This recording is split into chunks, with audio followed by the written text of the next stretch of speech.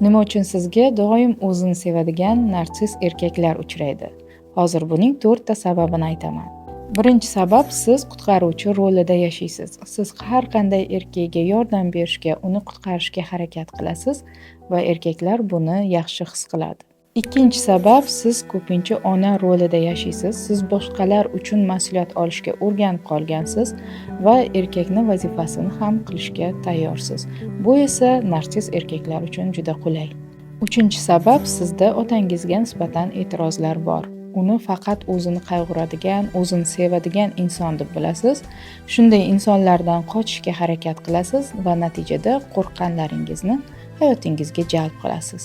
To'rtinchi sabab, siz o'zingizni fido qilishga, qurbon qilib yashashga o'rganib qolgansiz.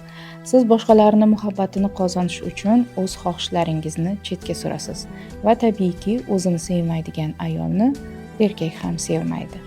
Bunday insonlarni aniqlash mumkin bo'lgan belgilarni opisaniyada o'qishingiz mumkin.